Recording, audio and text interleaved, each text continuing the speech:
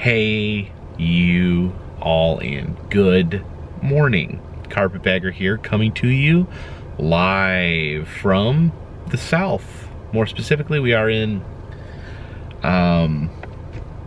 we're around Atlanta, Georgia, on the outskirts of Atlanta, Georgia. Drove about 2 hours after the Alabama State Fair yesterday, and got a hotel room here outside of Atlanta because today we need to get down to Florida. We're gonna be driving in to Florida today. I'm really excited about getting down there because we're going to be doing some spooky Halloween stuff down in the Central Florida area. I'm really excited about it. Of course, Halloween Horror Nights at Universal, one of my favorites, and I got some other haunts planned while we are down there. I hope you guys enjoy that.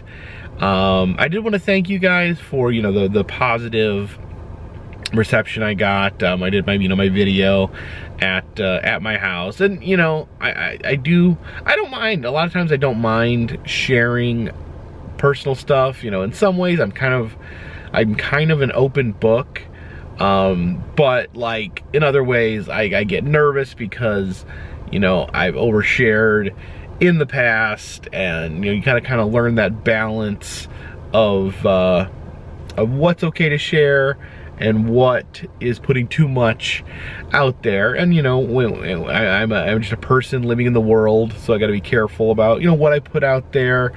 But I made a decision that I want to be, for the most part, I like to be fairly open and honest, and I have this this vlog, which inherently a vlog involves me and my life. So I don't want to make the whole vlog about me, what's going on in my personal life. I still want the primary focus to be traveling and doing fun stuff. But in the future, I'm gonna put in bits of myself here, and I've got this big move coming. We're gonna move all Jen's stuff down to North Carolina, and I figured I maybe show that process, because that's what'll be going on in my life. There'll be a little period, not a long period, but a little period where I'm not able to focus on travel, because I gotta focus on moving Jen and her stuff down to North Carolina. So thank you for your very positive reception. I definitely appreciate that. But now we need to get back on that long, lonesome road. So please follow me.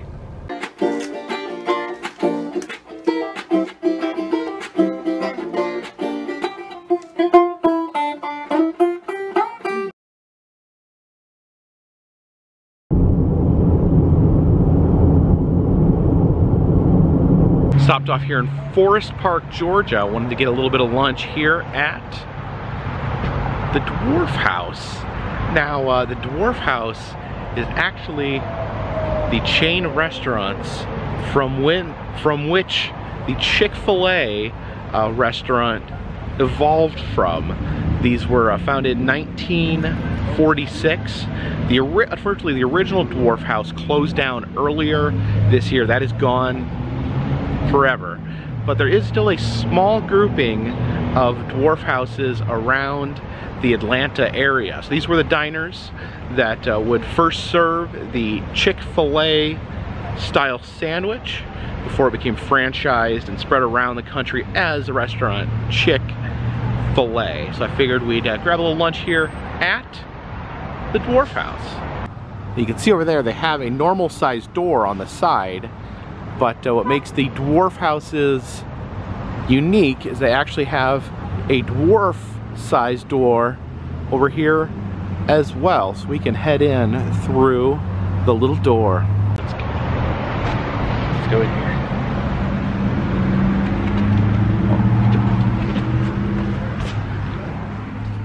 There we go. We made it in.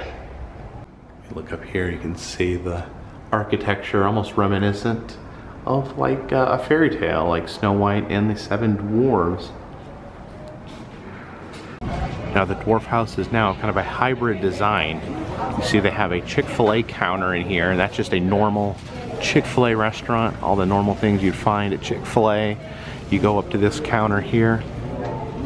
In the back, there is a little sectioned off section. It says, please wait here to be seated. So if you want Chick-Fil-A, you can go over to that counter, take it, sit down and eat it. But if you want the full dining experience, you come here to the back. We actually have just a very small section, 3 booths and 2 tables in the diner section. Got some fresh flowers at our table here in the Coca-Cola bottle. Oops. Oh, let's put that back. Let's just put that back in there. Okay, there we go. All right, and looking over the menu here. Now the menu is actually very similar to the normal Chick-fil-A menu. I think they used to have more options. I remember you could actually, I'd heard you could actually get a hamburger here at Chick-fil-A, but a lot of it is just basically just Chick-fil-A in a full service setting. However, there are a few items that are unique to the diner.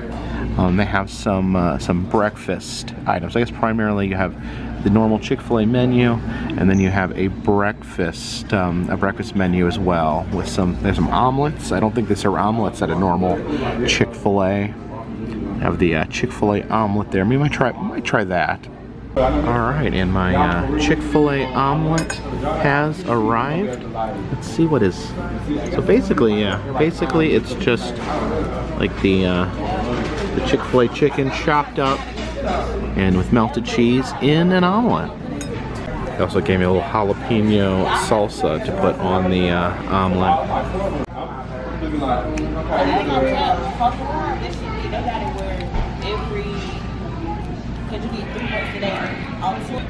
Alright, so we're going to dig into this Chick-fil-A omelet here. Hopefully that salsa is not too hot. I went ahead and put the 2 packets on there.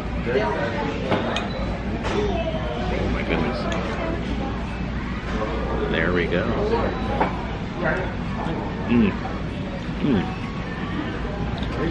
That is really good. Version of the Chick-fil-A chicken. Very good, very tasty. It fits right into the omelet. I don't know if I've ever had an omelet with fried chicken in it. Now that you mention it, the jalapeno salsa is good. Kind of a smoky salsa there, not too like melt your face spicy. So it's very delicious. I don't think you can order this. I don't think you can just go through a drive-thru at Chick-fil-A and order this. You have to come to the Dwarf House. Okay, that's really good. That chicken in there, that tender Chick-fil-A chicken. It's that smoky salsa, melty cheese, and egg. Oh, this is definitely. I think this is definitely worth stopping for. It's so good.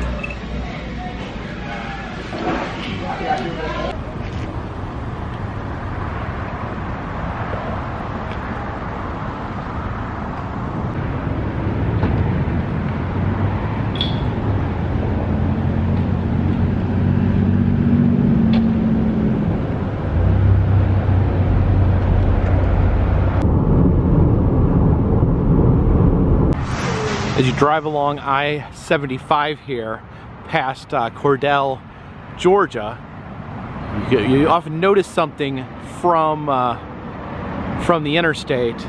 Sitting in the parking lot of the Gas and Go, and right in front of the Crystal Hamburgers, you have this giant Titan I nuclear missile here.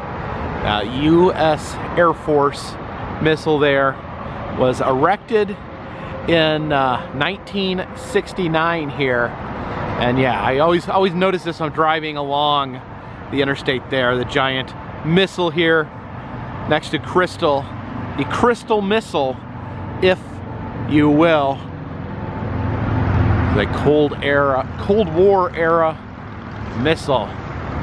You can see the sign here, the Titan I missile.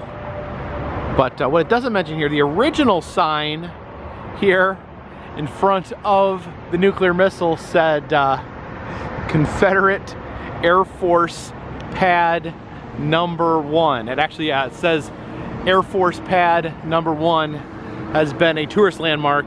They removed the fact it used to be called the Confederate Air Force Pad back in the 1960s. That wouldn't have been as nearly a concerning message, but for one, I'm happy that we did not have nuclear missiles during the Civil War. That would have been bad for America.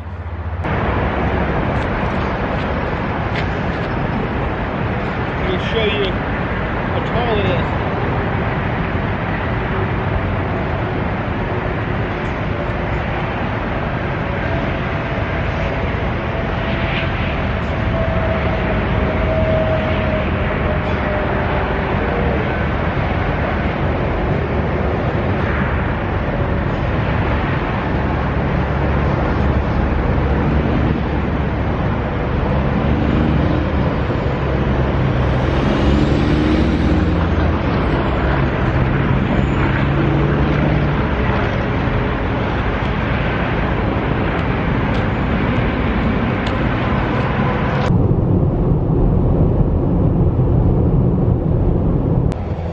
Stopped off here in Ashburn, Georgia, and I am very, very excited and very, very happy because we have the return of the king, the giant peanut, the world's largest peanut here in Ashburn is once again standing on its pedestal. Yes, behind me, the world's largest peanut here in Ashburn, Georgia. Now, Georgia often is referred to as the peach state, but that is actually really inaccurate. South Carolina produces way more peaches than Georgia. In reality, Georgia is the peanut state, and this monument to peanuts was erected in 1975 to celebrate Ashburn's contributions to the peanut industry. They created the largest peanut here on this pedestal. There's a crown underneath it showing that here in Ashburn, the peanut is king. Sadly, disaster struck in 2018 when Hurricane Michael came through here and knocked down the peanut. Previously, the peanut was made of fiberglass and was ripped off its pedestal and was smashed in the ground. Just a husk of what it once was. Actually came out here in 2018. It was very sad. Saw the peanut laying here on the ground, sadly discarded. That was 2018. And then this year, earlier this year, 2023, so let's see, it took 5 years, they have restored the peanut. This is not the same peanut that was up there before. They didn't want it to blow down again, although it was up there since 1975, so it did have a good run. The fiberglass peanut had a very good run, but they didn't want it to happen again. They didn't want the peanut to blow down from the pedestal, so they had a metal peanut constructed at a local auto body shop. They created a peanut that can withstand hurricane force winds, and now it is happily perched back upon its pedestal. And the people driving along I-75 coming this way, they see the missile, it makes them smile. They see the peanut and it makes them smile even more.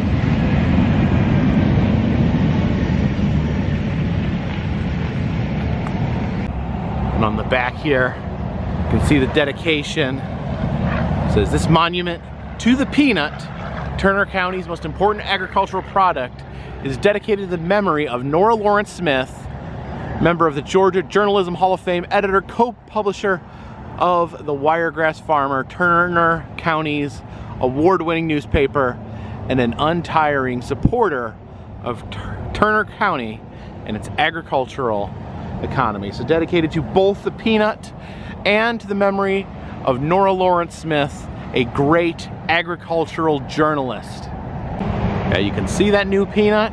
Looks a lot like the old peanut, but you can definitely see a little shinier. You can tell it has some metallic qualities to it. Guess who's back?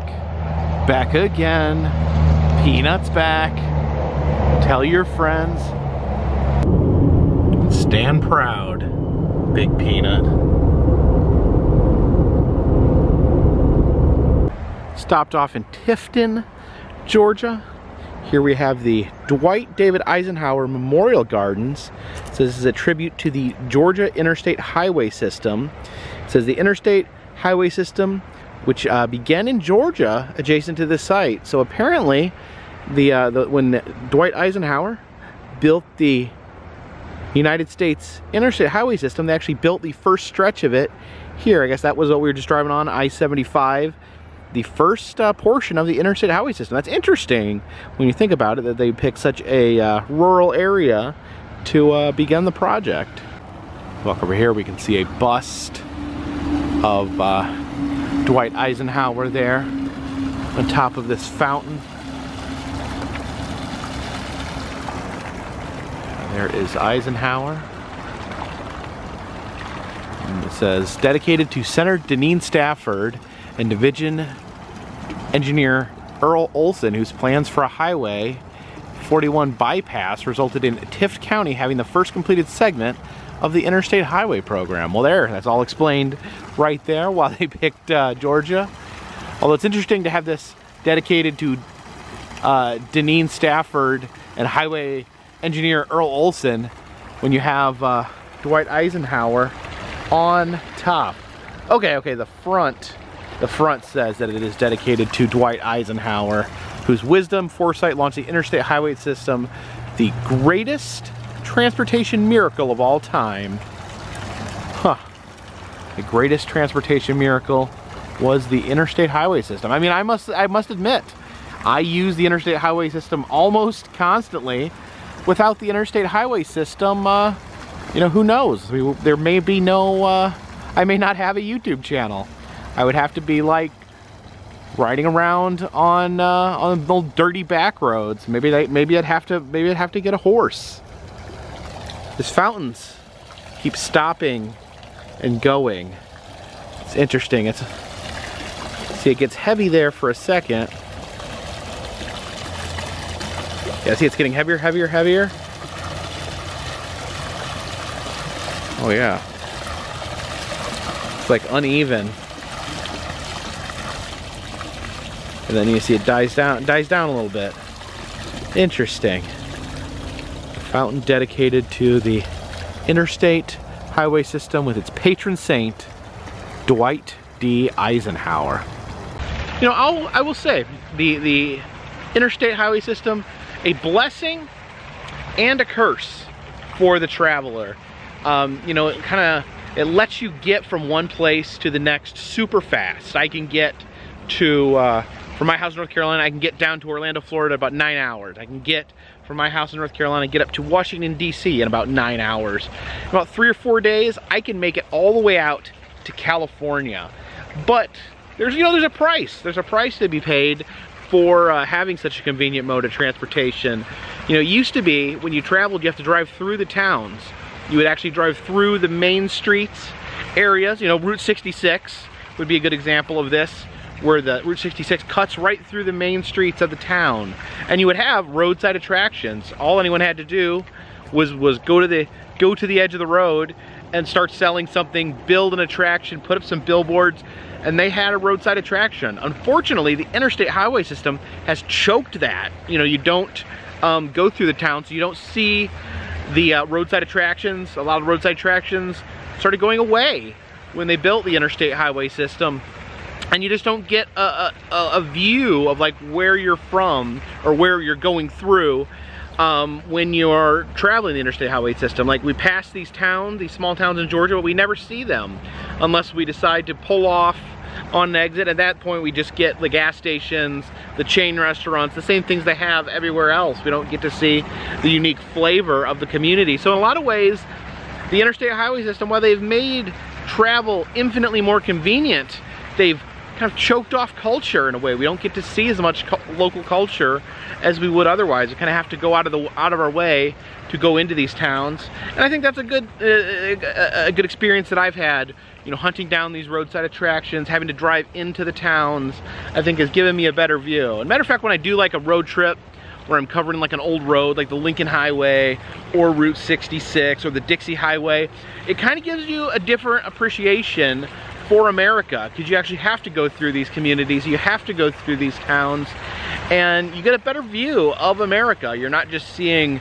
miles and miles of straight asphalt with some billboards and a bunch of, you know, McDonald's and gas stations and toll booths, but you get a better feel. So I don't want to be like an old stodgy person saying that this is 100% bad, because this has allowed travel to be so much easier. Getting from one place to the next has become so much easier.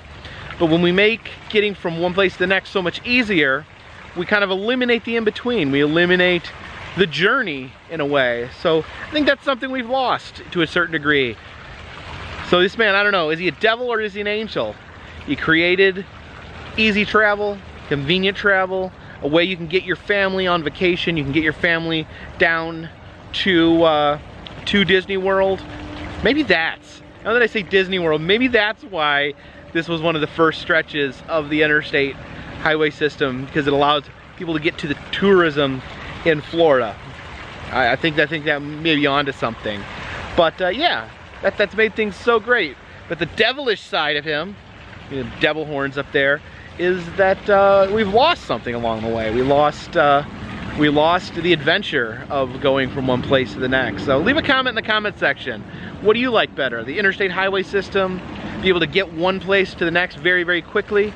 Or do you like the old back road system where you had to journey through things to get somewhere? Yeah, leave your comment in the comment section. I'd love to know what you guys think. Traveling along the interstate here, you see a lot of billboards for Magnolia Plantation. It's not actually a plantation, it is a gas station made to look like an old plantation house. We got some classic Georgia souvenirs in here, including a bunch of gator heads, and or you can get toe gator hot sauce that has a gator toe connected to the bottle. I love these coconut monkeys here. See them wearing glasses and a straw hat with some bananas. My grandmother had one of these, and it was actually used as an ashtray. These are not ashtrays, these are actually banks. You can put your money in there. Some hillbilly items. You have either the hillbilly coffee mug there, or the hillbilly shot glass that actually doesn't hold a lot of liquid. Here's a shark tooth dig, a little bag of sand, and apparently you can dig through that bag and find the shark's teeth. I actually see a shark tooth right there. Here are some Mutt and Jeff pork rinds. Who is Mutt and Jeff? Is that from something, or is that just a pork rind mascot? Buy a big bag of pecans. Pecans, I guess that's how I say it. Other people say pecans. And you know what? I think everyone's right. I think, you know, you say things how you grew up saying them, and you don't need to worry about people in the YouTube comment section telling you how wrong you are.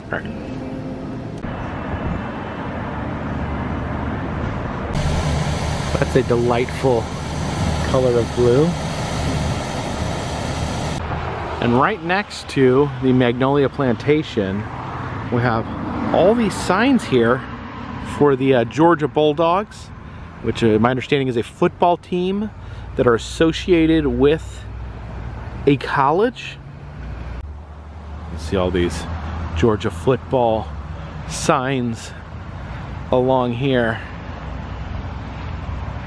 It says Beware, our dogs are fans.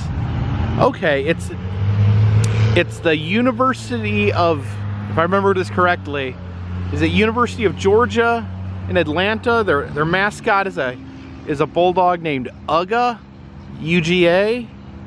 University of Georgia in Athens, I think, is the name of this team. Not the team is the Bulldogs, I think. The Bulldogs? Yeah, national champs. Welcome to the Dog House. It says, like us on Facebook, the El Dorado, Georgia Bulldog House. Go Dogs.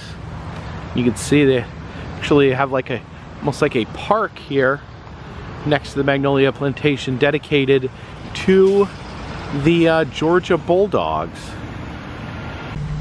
Here is NFL dogs. I guess these are college football dogs that went on to play in the NFL. You can see they have some football goalposts up here, as well as some flat football players. Oh, look at all these little bulldog statues. Yeah, that's the one thing I remember. Their mascot is UGA, and it was a real bulldog because the bulldog was in the movie Midnight in the Garden of Good and Evil. And yeah, look at this dog here. He's like a sports commentator. This one in the back is eating an alligator.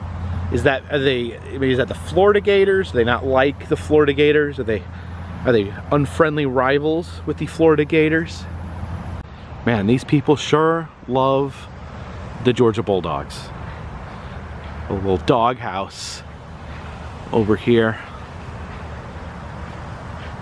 Yeah, people get really into sports, which I understand. Like, I definitely know what it is to be really into something, to be really fascinated with something. I've never gotten into a sports team, never been that much into sports in general, except for professional wrestling, which is pretty much my sport. But yeah, I do appreciate the passion for anyone that would take the time to create their own little environment here based on a football team. I do appreciate that sort of passion. Over here is a little cemetery. I guess the dogs of the Georgia Bulldog House. Notice they're not bulldogs, so they're bulldog fans of the football team, but this looks like a Cocker Spaniel here named Carter. This dog here is Lady. There's a lot of religious billboards along the interstate here. You can see this says, "Join the living, Jesus." But there's actually zombies there on the billboard. See, on that one side you have paradise, Jesus in paradise. On the other side, a hellish world wrecked with zombies. Then one more there, the happy Christian family on the top. And then some more zombies walking the earth below.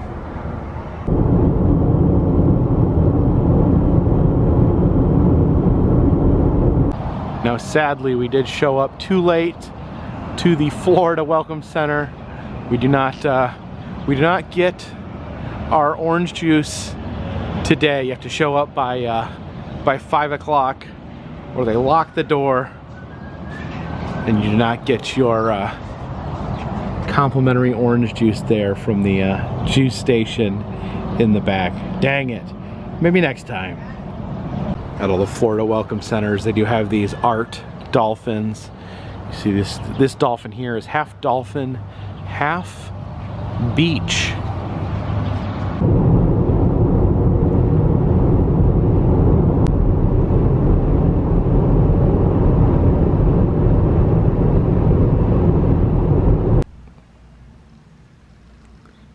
And look at that. The TV knows my name for some reason. I love when they add a little bit of theming to the hotel room. We are in Orlando, so we have the Ferris wheel from Icon Park. And there is Spaceship Earth from Epcot, just down the road a little bit.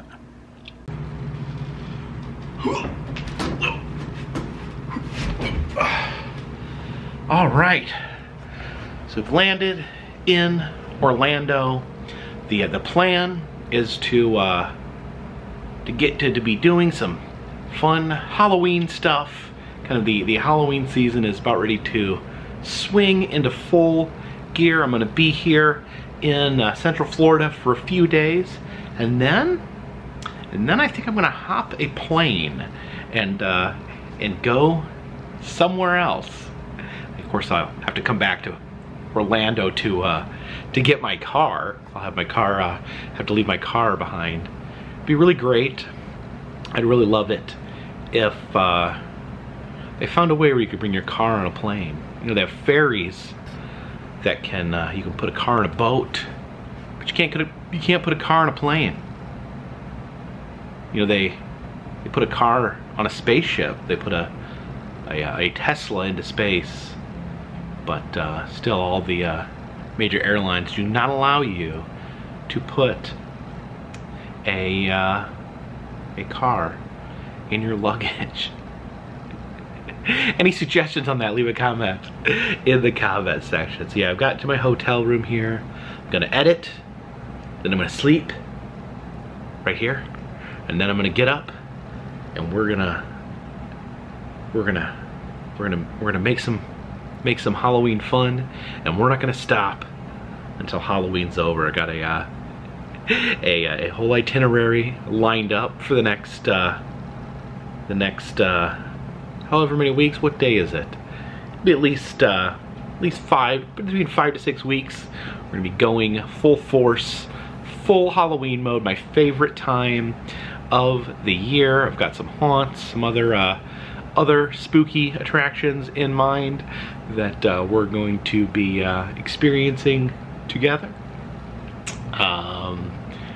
Yeah, so strap in. I promise I'm gonna try. I know my screaming is annoying to some people. Some people really like it when I get freaked out in haunts. I'm gonna try. I think we're gonna try to have a kinder, gentler haunt season. By the end of most haunt seasons, my voice is shredded, turned to pieces. But I think I'm gonna try it. I feel like if you go back and you watch the scary haunt videos over the years, I do feel like the screaming has gotten a little less. I've become less terrified in a haunt. Of course, always when I get in there, my anxiety peaks. I never know what's lurking around every corner, what's gonna pop out, the ultimate jump scare. But we'll take some deep breaths, do a little meditation, pre-haunt meditation, and we're gonna go in and try to experience it in a more tranquil manner. Or maybe I'll just get in there and I'll start screaming like a maniac like I always do. But I'm gonna probably do a few cameos before bed. I've been having a lot of fun with the cameos. People putting in requests for birthdays, anniversaries, special occasions. Hey, get your friends a Halloween cameo from the Carpetbagger if you're interested. Of course, all that information is in the description of this video. Other ways to help the channel: you can donate to Patreon, contribute to Patreon, $3 or more. Get you a postcard once a month from me to you. Also selling the enamel pins. We've got the 2 Halloween themed pins in there, the Spooky Dark Ride pin and the No Scares on Stairs pin. You gotta wear the No Scares on Stairs pin when you go in to haunted houses, so that the ghouls, the zombies, the mummies, the skeletons, they know not to scare you.